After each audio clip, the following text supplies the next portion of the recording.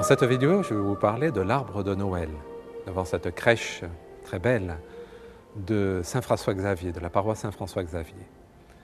Au pied de l'arbre de Noël, les enfants trouvent leur bonheur le jour du 25 décembre avec les cadeaux qui ont été déposés pour eux.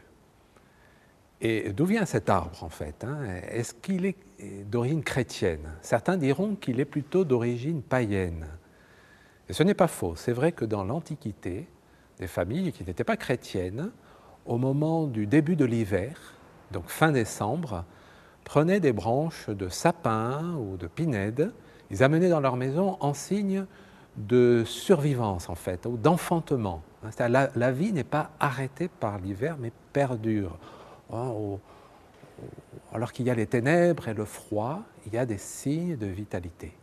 Et la venue du Christ est une grande lumière au milieu des ténèbres. Et alors cet arbre, on le trouve également dans la Bible. On peut dire même dès les premières pages de la Bible, on nous parle des arbres du jardin d'Éden.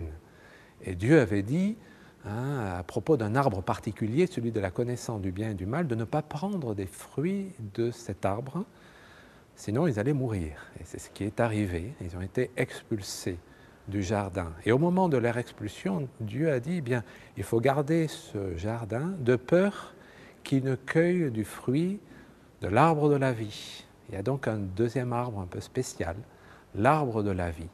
Et c'est de cet arbre-là dont il s'agit précisément, cet arbre dont le fruit donne la vie éternelle.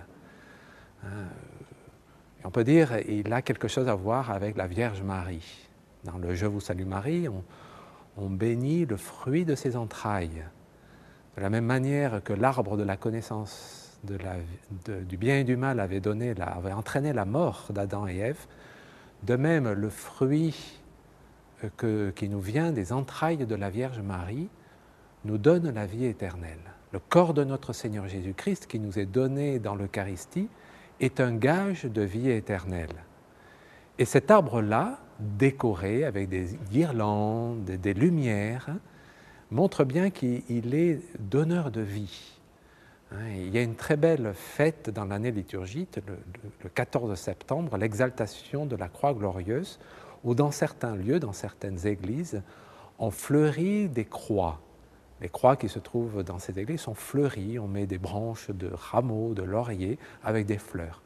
Pour bien montrer que cette croix, qui est l'instrument du supplice de notre Seigneur, est également le lieu d'où notre Seigneur nous donne la vie éternelle.